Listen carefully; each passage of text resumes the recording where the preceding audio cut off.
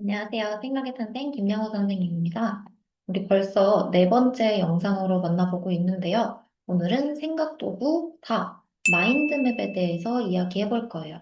우선 마인드맵이 뭔지 알고 계시나요? 음, 마인드맵, 뭔가 생각을 그림처럼 정리하는 거 아닌가요? 맞습니다. 여기 밑에는 생각의 지도 그리기라고 해뒀는데 오늘은 그 생각 지도 그리기에 대해서 알아볼 거예요. 그럼 마인드맵은 왜 필요할까? 먼저 생각을 해보면 우리가 책은 다 읽었는데 내용이 머릿속에서 잘 기억이 안 났던 적이 있나요? 네. 그쵸. 중요한 내용이 무엇인지, 원인과 결과, 인과관계는 어떻게 되는 건지 책을 다 읽었는데도 머릿속에서 딱 정리가 안 되는 경우가 종종 있어요. 그래서 우리는 이럴 때 필요한 게 바로 마인드맵이다. 이렇게 생각해 볼 수 있습니다. 이런 그림을 보신 적이 있나요? 본 적 있는 것 같아요. 이렇게 생긴 그림들을 바로 마인드맵이라고 해요. 요거는 예시입니다. 가운데 중요한 내용이 있고, 그래서 가지를 쭉쭉 뻗어나가서 핵심적인 내용을 적어준 요 그림이 바로 마인드맵인데요. 정확히 마인드맵은 중심 주제에서 가지를 뻗어나가서 내용을 정리하는 방법을 얘기합니다. 쉽게 생각하면은 머릿속에 마구 흩어져 있는 정보들을 한눈에 딱 확인할 수 있도록 그려보는 작업이 바로 마인드맵 그리기 작업이에요. 그럼 마인드맵의 특징과 장점을 알아볼 건데요. 우선 특징은 어떤 게 있을까요? 앞서 말했던 것처럼 중심에 가장 중요한 게 있고 거기서 나뭇가지들이 뻗어나가는 것처럼 가지가 뻗어나가는 구조다. 그리고 중요한 것들만 정리해서 쓴다라는 특징이 있고요. 마지막으로 한눈에 확인할 수 있다라는 특징이 있습니다. 그럼 마인드맵의 장점은 무엇일까요? 우선 내용을 쉽게 정리할 수 있고요. 글이나 책의 구조를 파악할 수 있습니다. 마지막으로 우리의 기억 속에서 사라지지 않고 오래오래 남을 수 있습니다. 그러면 이런 마인드맵을 우린 어떨 때 그려보는 걸까요? 책을 다 읽고 정리할 때도 쓸 수 있고, 그리고 어떤 주제에 대해서 생각을 확장하고 싶을 때, 그럴 수도 있죠. 아니면은 우리가 문제집을 풀거나 시험을 풀 때 어떤 지문이 나오면은 그 지문을 잘 정리하고 파악하기 위해서 마인드맵을 그려볼 수도 있습니다. 그러면 이런 마인드맵 어떻게 그리는지 우리는 3단계로 배워볼 거예요.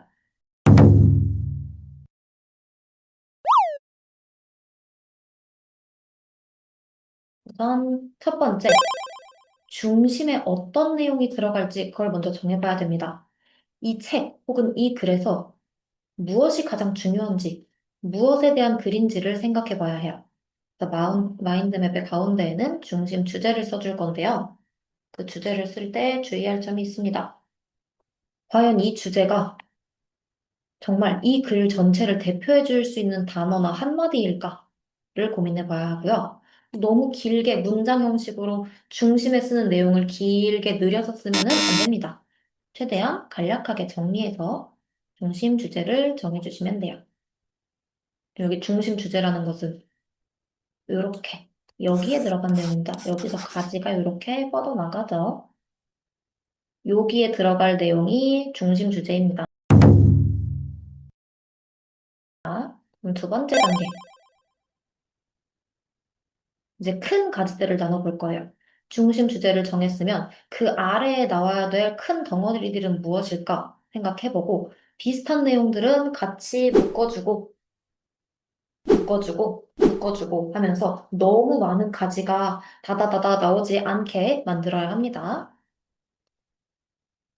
만약에 그 글이 설명문이라면 이것에 대한 정의는 무엇인지, 특징은 무엇인지, 예시는 무엇인지, 이런 가지들이 있을 수 있고요. 혹은 우리가 소설책, 이야기책을 읽었다면, 이 책에 중요하게 등장하는 인물들은 누구이고, 중요한 사건은 무엇이고, 이 이야기의 배경은 무엇이고, 혹은 이 이야기의 주제는 무엇일까? 이런 가지들을 뻗어나갈 수 있을 거예요.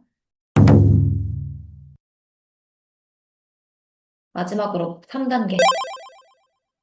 이제 중심도 정했고, 각각의 가지들을 잘 묶어서 어떤 가지들을 그릴지 정했다면 이 가지에서 뻗어나가서 중요한 내용들을 적어줄 건데요.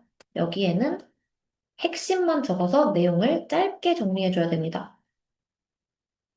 도사나 꾸며주는 말은 최대한 줄이고 문장을 그대로 책이나 글에서 옮겨 쓰지 않으면서 핵심어 위주로만 적어주면 됩니다. 마인드맵은 예쁘게 그림을 꾸미는 게 아니라 결국 간단하게 한눈에 파악할 수 있게 정리하는 것이 목적이기 때문에 이런 과정을 거치는 겁니다. 우리 이제 3단계까지 다 알아봤는데요. 실제로 하나의 지문을 가지고 그걸 마인드맵으로 정리해보는 연습을 해볼 거예요. 우선 같이 읽어봅시다. 사막여우는 사막에 사는 작은 동물입니다. 더운 환경에서 살아남기 위해 특별한 특징을 가지고 있습니다. 우선 사막여우는 다른 여우들보다 귀가 매우 큽니다. 이 큰 귀는 더운 사막에서 몸에 열을 식히는 데 도움이 됩니다. 또한 발바닥에 털이 많아서 뜨거운 모래 위를 걸을 때 발을 보호할 수 있습니다. 사막은 낮에는 매우 덥기 때문에 시원한 밤에 움직이는 것이 유리합니다.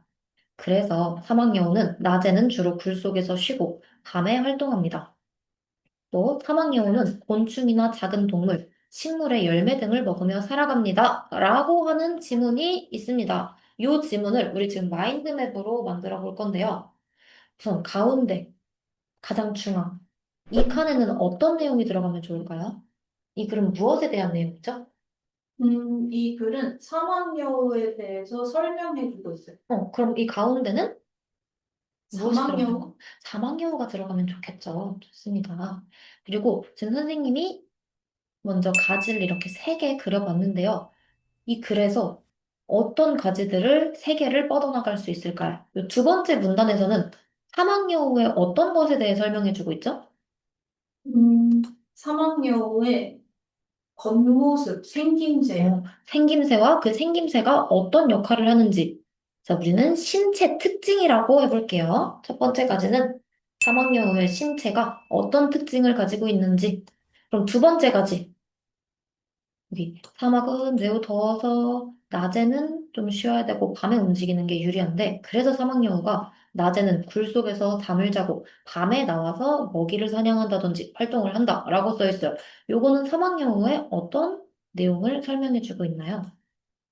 사막여우가 어느 때에 활동하는지를 말해주고 있어요. 음, 사막여우가 생활하는, 활동하는 방식이 어떤지를 설명해 주고 있고 마지막 가지에는 요 내용이 들어가면 좋겠죠. 사막여우는 곤충과 작은 동물, 식물의 열매 등을 먹으면서 살아간다. 라고 돼 있어요. 이 가지의 이름은 무엇이 되면 좋을까요? 사막여우가 뭘 먹고 사는지?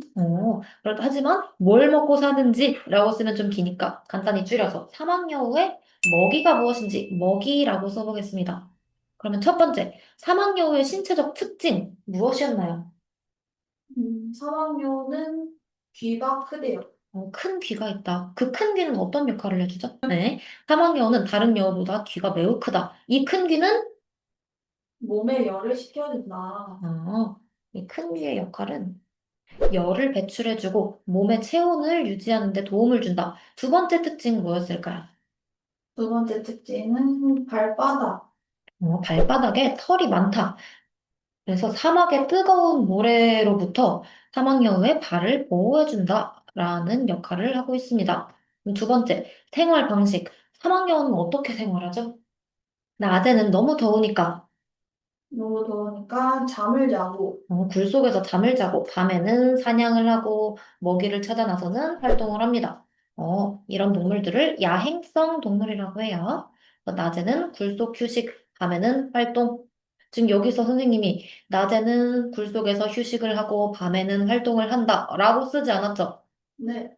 이렇게 짧게 중요한 내용들만 키워드로 쏙쏙 뽑아서 정리해주는 것이 마인드맵의 특징입니다. 마지막으로 사막여우는 어떤 것을 먹고 사나요? 사막여우는 작은 벌레. 작은 벌레, 또 뭘 곤충들과 먹고 살죠? 과일들과 작은 동물을 먹고 삽니다. 그래서 이런 식으로, 이 글은 사막여우에 대한 글이구나. 그리고 이 글에서는 크게 사막여우의 신체적인 특징, 생활 방식, 무엇을 먹고 사는지, 먹이 등에 대해서 알려주고 있구나. 그럼 신체적 특징으로는 큰 귀가 있는데 그 큰 귀의 역할은 열을 배출하고 몸의 체온을 일정하게 유지해주는 역할을 하고 발바닥에는 털이 많다. 그래서 뜨거운 모래로부터 발을 보호해주는 역할을 하는구나. 이렇게 정리해봤고요. 두 번째, 사막여우는 이런 식으로 생활을 해. 낮에는 너무 더우니까 불 속에서 잠을 자고 밤에는 나와서 활동을 한다. 마지막으로 사막여우는 그 사막에서 뭘 먹고 살까? 곤충들과 작은 동물들, 열매들을 먹으면서 산다. 이렇게 정리해 볼 수 있어요. 그러면은 이 글을 딱 한눈에 보고 전체 내용이 무슨 내용인지 어떤 구조로 되어 있는 글인지 파악하기 쉬울까요? 줄글이라 한눈에는 잘 안 들어와요. 저 줄글은 한눈에 봤을 때 이 글이 무슨 얘기를 하는 글인지 중요한 것들은 무엇인지 파악하기가 어려운데 이런 식으로 이 글을 짧게 마인드맵으로 그려보면은 이 글의 주제는 사막여우구나. 그리고 신체적 특징과 생활 방식과 먹이에 대해서 설명해주고 있구나. 설명문이구나. 이게 한눈에 파악이 가능하죠. 네, 그래서 오늘은 마인드맵을 1, 2, 3단계로 어떻게 그리는지와 실제로 이런 지문이 나왔을 때 우리는 어떤 걸 중심에 넣고 어떤 가지를 뻗어 나가서 어떻게 핵심어들을 써보면 좋을지 요 연습을 해봤어요. 혹시 더 궁금한 점이나 질문하고 싶은 거 있으실까요? 없습니다. 알겠습니다. 그럼 앞으로 우리가 책을 읽고 혹은 어떤 글을 읽고 그 글을 잘 정리해서 한눈에 파악해보고 싶으면은 마인드맵을 잘 활용해 봅시다. 오늘 수고하셨습니다. 안녕히 가세요.